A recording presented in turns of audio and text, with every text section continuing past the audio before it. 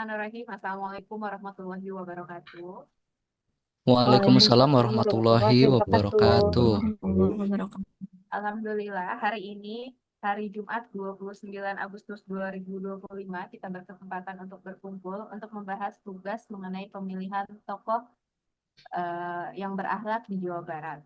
Dan untuk memulai acara ini, marilah kita berkenalan dahulu dengan anggota kelompok. Kepadanya dipersilakan. Baik, terima kasih Teh Weni. Langsung saja saya perkenalkan diri saya. Nama saya Ruhama Ayunindin, NDH 23. Saya sekarang ditempatkan di Puskesmas Sukabumi. Baik, perkenalkan saya Cecep Subarkah NDH 01 untuk penempatan saat ini di UPTD Metrologi Legal Kota Sukabumi. Perkenalkan, saya Fiona Lutfiah Aliatasya, NDH 03, ditempatkan di Dinas Ketahanan Pangan, Pertanian, dan Perikanan Kota Sukabumi. Perkenalkan, nama saya Muhammad Syahid Afgan, NDH 06, penempatan di bagian perekonomian Sekretariat Daerah Kota Sukabumi. Perkenalkan, nama saya Weni Serulantari, NDH 25. Saya saat ini ditempatkan di Sekretariat Daerah Kota Sukabumi bagian protokol. Perkenalkan, nama saya Dehupi Hulendra, NDH 19. Saat ini saya bertugas di Dinas Perhubungan Kota Sukabumi. Perkenalkan, nama saya Wina Sri Agustiana, NDH 15, dan sekarang saya ditempatkan di Dinas Komunikasi dan Informatika Kota Sukabumi. Baik, terima kasih teman-teman atas perkenalannya. Selanjutnya kita memasuki sesi penjabaran tokoh masing-masing peserta, dimulai dari Ibu Alma, dipersilakan. Baik, terima kasih Teh Weni. Di sini saya mengambil tokoh panutan Jawa Barat yaitu Kang Deddy Mulyadi ya. Seperti kita tahu beliau sangat viral, mungkin dikenal banyak orang ya di seluruh Indonesia dan menjadi pusat perhatian gitu maksudnya eh, sangat dikenal lah oleh banyak masyarakat. Beliau ini menerapkan nilai-nilai berakhlak yang perlu saya contoh salah satunya dari nilai berorientasi pelayanan beliau, yaitu beliau itu langsung turun ke lapangan mungkin ya, yang kita tahu beliau tuh langsung turun ke lapangan membantu warga yang kurang mampu, bahkan membantu atau melakukan kegiatan sosial yang tanpa ada protokol gitu, jadi langsung dengan memang niat beliau sendiri langsung ke masyarakat, ke pelosok-pelosok seperti itu ya. Dan untuk nilai akuntabelnya yang saya ambil contoh dari beliau, yaitu beliau itu sangat terbuka dan transparan untuk penggunaan anggaran pemerintah daerah.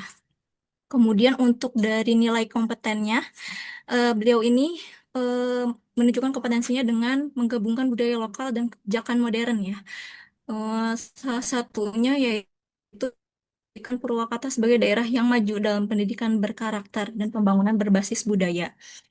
Mungkin saat ini kan di Jawa Barat untuk siswa-siswa sekolah ada di mana diharuskan untuk memakai baju adat di hari-hari tertentu. Mungkin itu salah satu yang inovasi beliau eh, nilai kompeten ini. Kemudian untuk nilai harmonis, beliau ini sangat menghargai dan toleran terhadap perbedaan. Beliau juga dikenal dengan sosok yang merangkul banyak golongan tanpa membeda-bedakan latar belakang sosial. Kemudian untuk nilai loyalnya yang perlu saya contoh, mungkin beliau ini setia terhadap nilai-nilai Pancasila ya. Kemudian menjadikan dasar budaya lokal itu dalam menjalankan roda pemerintahan. Mungkin itu juga yang saya contoh gitu, yang perlu saya contoh dari beliau. Kemudian nilai adaptifnya, beliau ini kan sangat eh, aktif di medsos ya. Jadi itu mungkin salah satu yang perlu dicontoh juga karena bisa menggunakan alat komunikasi dalam pelayanan publik gitu. Jadi mendengarkan aspirasi masyarakat melalui sosmed itu mungkin salah satu contoh dari nilai adaptif. yang diterapkan oleh beliau. Kemudian untuk nilai kolaboratifnya, yaitu kan kemampuan untuk bekerja sama. Beliau ini salah satu contoh yang ada di nilai kolaboratif itu mengajak masyarakat untuk melakukan pembangunan daerah. Seperti mungkin salah satu contohnya itu urban farming ya, Kang Deddy Mulyadi mengedepankan warga, semua masyarakat, elemen masyarakat untuk menanam bersama, menciptakan kemandirian pangan. Mungkin itu saja eh, yang saya deskripsikan mengenai tokoh panutan saya di Jawa Barat. Terima kasih. Baik, untuk selanjutnya saya akan memaparkan secara singkat saja untuk tokoh panutan saya sebagai ASN Jawa Barat itu adalah Wali Kota Sukabumi, wali kota kita semua, Bapak Haji Ayat Zaki, SEMM. Beliau menerapkan berakhlak secara nyata menurut saya, mulai dari berorientasi pelayanan, yaitu mempermudah layanan, cepat, ramah, dan serta digital ya. Kemudian akuntabelnya itu beliau transparan, anti mahar, dan taat aturan. Lalu dari segi kompetennya, beliau menguatkan SDM, memberikan beasiswa, kemudian ada programnya itu ya UMKM naik kelas, lalu harmonis dengan merangkul semua unsur, dialog terbuka, kemudian loyal dengan mendahulukan Pancasila dan kepentingan rakyat, adaptif dengan responsif, percepatan transformasi digital, sorry, dan kolaboratif yang mengajak BUMD atau komunitas, kampus, swasta untuk bersinergi. Silahkan untuk selanjutnya. Baik, selanjutnya untuk tokoh ASN panutan saya di Jawa Barat ini adalah Bapak Ahmad Nasir Ginanjar. Beliau ini adalah penyuluh pertanian di Dinas Pertanian Kabupaten Garut, sekaligus peneliti di jalankan yaitu ASN berprestasi Provinsi Jawa Barat tahun 2024, kategori inovatif atas karyanya yang berdampak positif bagi petani lokal. Penerapan nilai berakhlak yang dia lakukan yaitu yang pertama berorientasi pelayanan, dibuktikan dengan fokus meningkatkan kesejahteraan petani melalui solusi pasca panen, lalu akuntabelnya terbukti melalui pengakuan di ajang ASN berprestasi, segmen pengujian laboratoris. Dasi kebutuhan banyak pihak seperti petani, pemerintah, dan juga stakeholder pertanian. Lalu nilai berakhlak loyal dibuktikan dengan pengabdiannya sepenuh hati pada tugas penyuluhan dan adaptif merespon tantangan ekonomi dengan solusi teknologi yang praktis dan hemat sumber daya. Dan yang terakhir, kolaboratif. Beliau ini mengikut sertakan balai mekanisasi, akademisi, dan lembaga pemerintahan dalam pengembangan dan uji coba.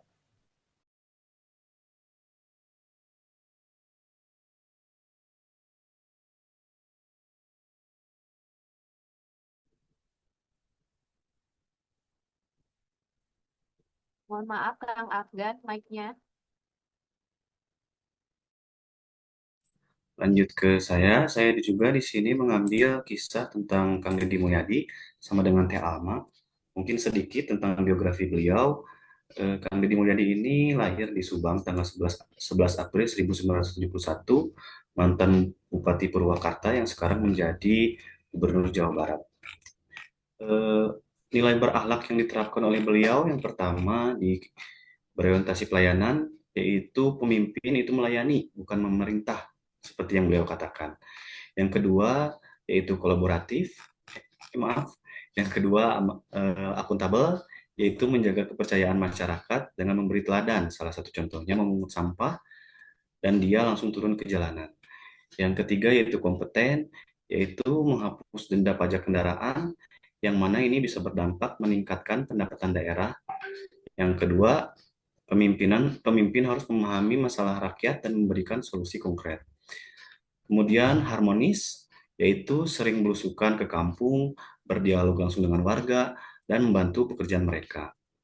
Kemudian adaptif, yaitu beliau berani dengan memberi keputusan untuk melarang studi tur sekolah yang memberatkan orang tua.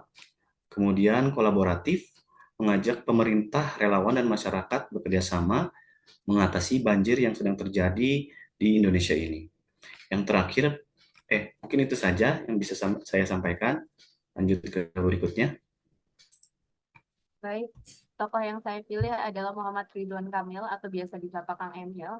Lahir di Bandung 4 Oktober 1971, merupakan seorang arsitek dan politisi Indonesia yang dikenal kreatif dan inovatif.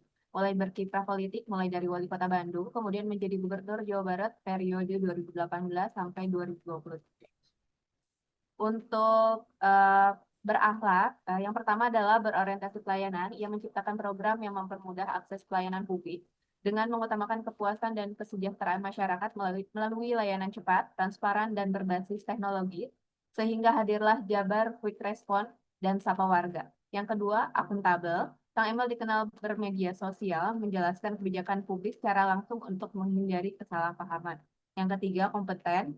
Kang Emil berusaha selalu mengembangkan inovasi dan pengetahuan baru, terutama di bidang teknologi dan tata kelola pemerintahan, seperti memperkenalkan konsep Smart City di Bandung. Yang keempat, harmonis. Kang Emil sering turun langsung ke lapangan untuk berdialog dengan masyarakat. Yang kelima, loyal. Memastikan program yang dijalankan sesuai visi pembangunan Jawa Barat dan kepentingan publik, meskipun ada tekanan politik. Yang keenam, adaptif, yaitu meluncurkan aplikasi Picobar atau Pusat Informasi Koordinasi COVID-19 Jawa Barat pada waktu lalu untuk memberikan informasi akurat dan layanan darurat. Dan yang terakhir adalah kolaboratif. Ridwan Kamil berhasil menggait Grab Indonesia untuk mendorong ekonomi digital inklusif di Jawa Barat, dukungan program desa digital. Selanjutnya silakan. Baik, terima kasih. Saya memilih Bapak Bima Arya Sugiarto, mantan Wali Kota Bogor.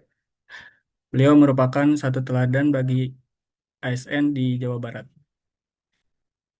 Ia menunjukkan orientasi pelayanan dengan menghadirkan layanan publik yang cepat, mudah, dan berbasis digital, sehingga masyarakat merasa terbantu. Dalam hal akuntabilitas, Bima Arya selalu berani membuka pengelolaan anggaran daerah secara transparan, agar publik dapat mengawasi sekaligus mencegah penyalahgunaan wewenang. Dari sisi kompetensi, ia memanfaatkan latar belakang akademisnya untuk membuat kebijakan yang berbasis riset sekaligus mendorong ASN agar terus belajar dan berinovasi. Sikap harmonis juga terlihat jelas karena ia dekat dengan masyarakat, terbiasa berdialog, dan mendengarkan langsung aspirasi warga. Loyalitasnya tampak dalam konsistensi menjaga kesehatan masyarakat dan lingkungan, terutama ketika menghadapi pandemi. Nilai adaptif ia tunjukkan dengan kebijakan yang fleksibel, cepat, dan sesuai dengan kondisi terkini. Sementara itu, sikap kolaboratif diwujudkan melalui program-program kreatif yang melibatkan komunitas, akademisi, pelaku usaha, dan masyarakat, seperti Bogor Creative Center yang menjadi ruang bersama untuk berinovasi. Mungkin sekian, selanjutnya. Oke, baik. Saya juga memilih Kang Deddy Mulyadi ya sebagai panutan saya. Kang Deddy Mulyadi ini dulu memang sudah menjabat sebagai Bupati Purwakarta dan sekarang menjabat sebagai Gubernur Jawa Barat. Sama dengan Teh Alma dan Kang Apen, saya juga memilih Kang Deddy. Karena menurut saya beliau adalah sosok yang kesehariannya mencerminkan nilai-nilai berakhlak yang patut kita jadikan contoh. Berakhlaknya itu dalam aspek yang pertama berorientasi pelayanan.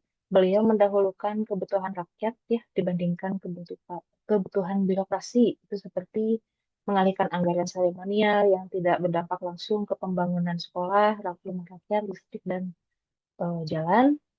Juga beliau terjun langsung ke lapangan menyelesaikan masalah warga secara langsung.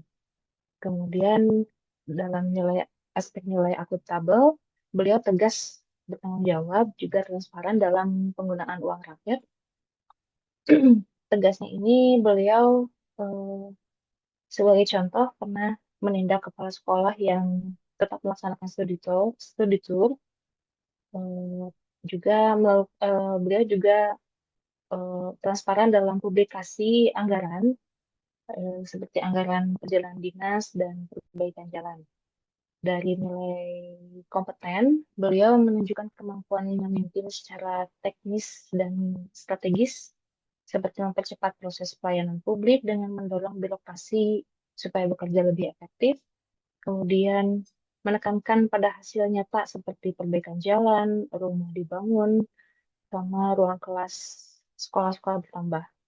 Kemudian membangun program kerja berbasis kebutuhan masyarakat, bukan hanya program politis semata.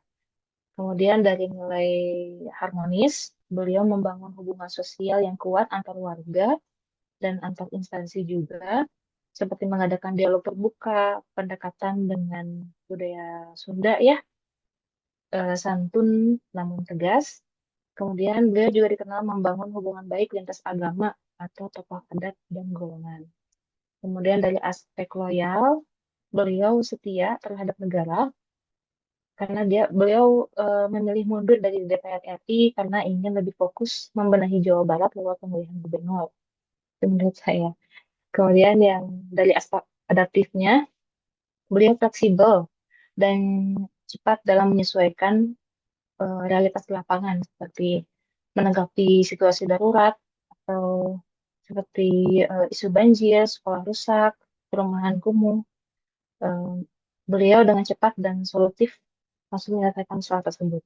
Kemudian berani mengubah pola anggaran yang selama ini dianggap tanda kutip tidak bisa disentuh ya, seperti anggaran yang sudah ditentukan penggunaannya namun tidak berdampak langsung ke masyarakat.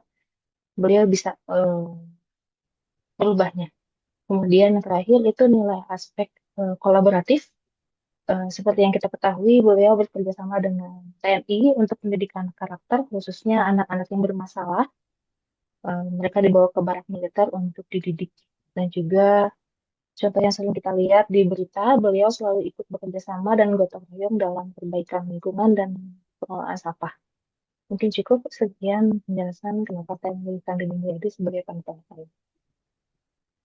Baik, terima kasih rekan-rekan semuanya. Untuk saya simpulkan, berarti kita memilih 1, 2, 3, 4, 5. 5 tokoh ya, 5 tokoh yang berbeda. Dan karena tugasnya ini kita harus memilih salah satu mana yang paling wajib kita jadikan panutan. Kita sekarang voting atau kita bermusyawarah ya teman-teman, mohon dibuka mic-nya semuanya. Dari kelima ini, Kang Deddy Mulyadi, Ayub Zaki, Ahmad Nasir, Ridwan Kamil, dan Bima Arya, menurut teman-teman siapa yang layak kita jadikan tokoh berakhlak yang paling tepat?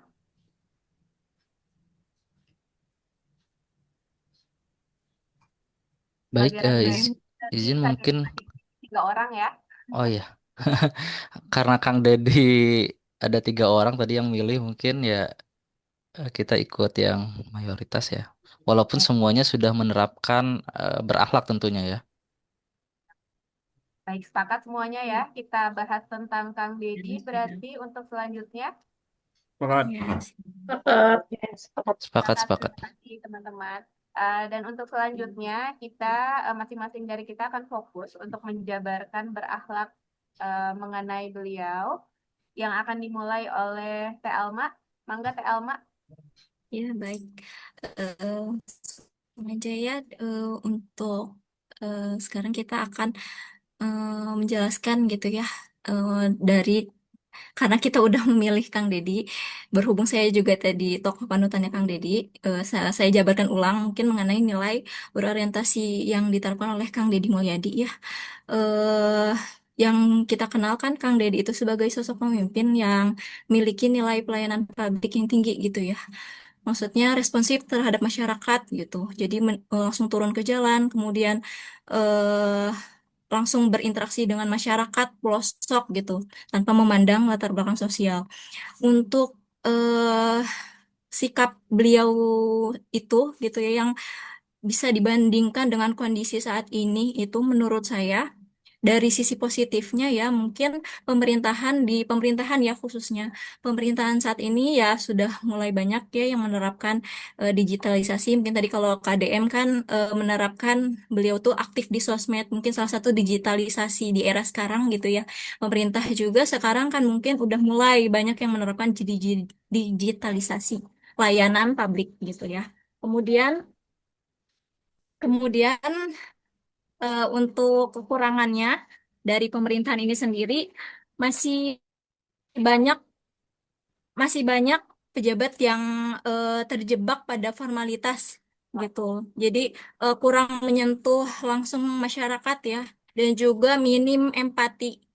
eh, Seorang ASN tuh masih banyak yang minim empati. Jadi banyak pejabat yang hanya memanfaatkan media sosialnya aktif gitu ya, tapi tidak memahami langsung kondisi rakyat kecil di lapangan gitu. Kemudian pelayanan publiknya masih lambat dan tidak merata.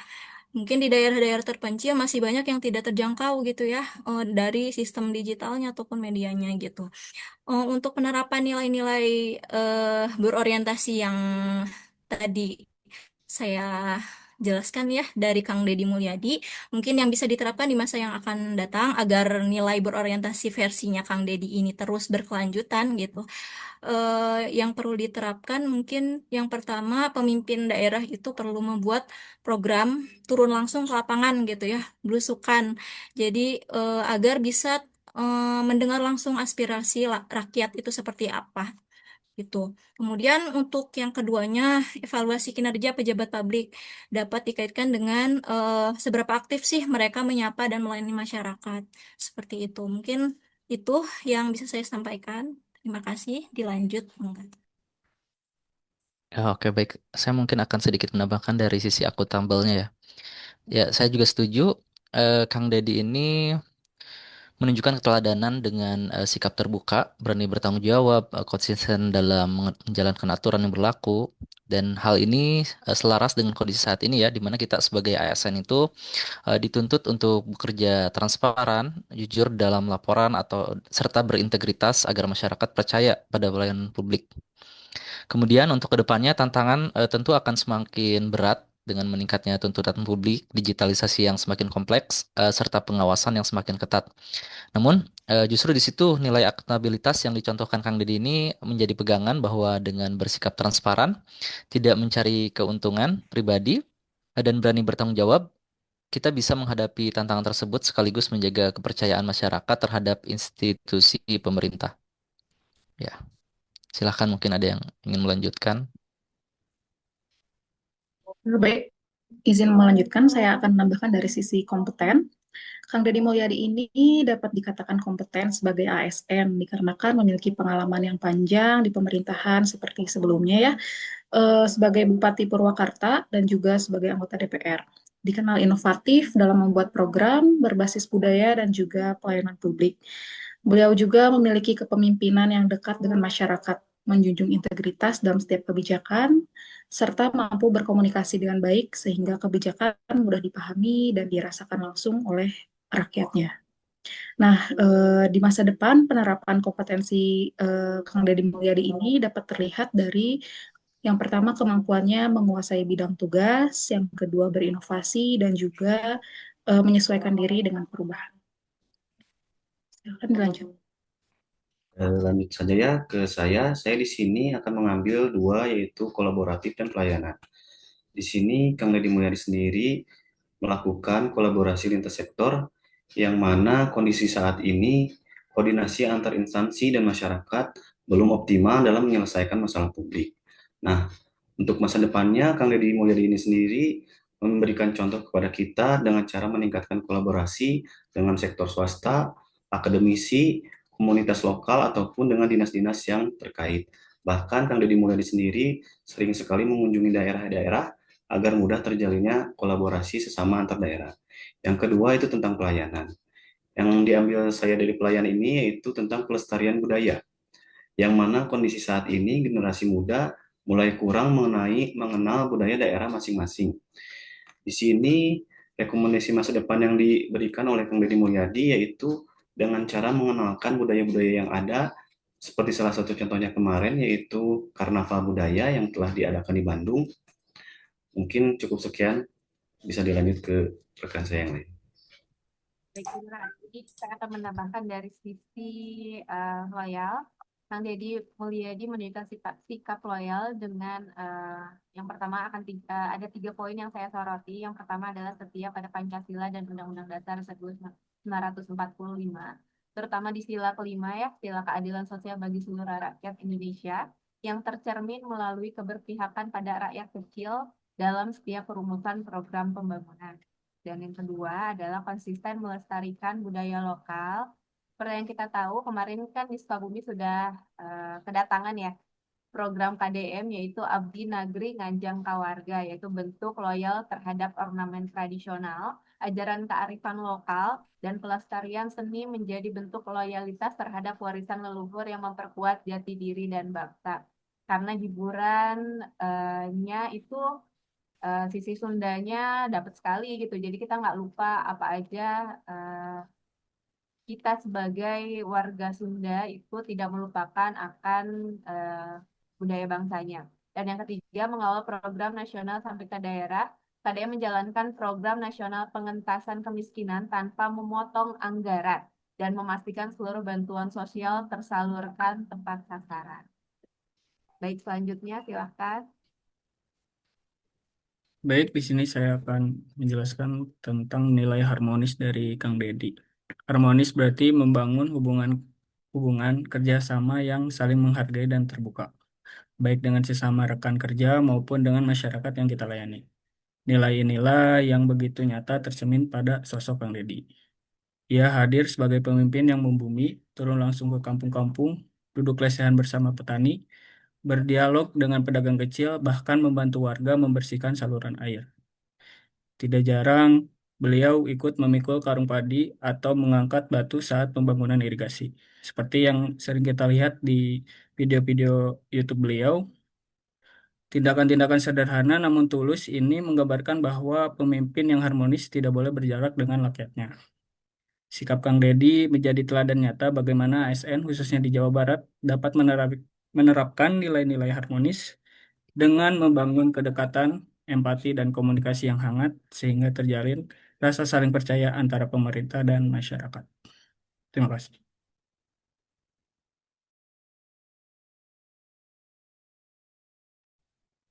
Baik, saya akan menambahkan sedikit tentang nilai adaptif yang beliau terapkan di kepemimpinan beliau. Yang adaptif beliau itu untuk saat ini terlihat begitu fleksibel ya dan cepat dalam menyesuaikan permasalahan di lapangan, apalagi ketika menanggapi situasi darurat ya, seperti banjir atau bencana-bencana, beliau cepat tanggap. Apalagi yang kemarin itu di Sukabumi ya, beliau langsung terjun tangan ke lapangan bersama warga, membersihkan sampah-sampah di sungai sampai airnya bisa mengalir kembali.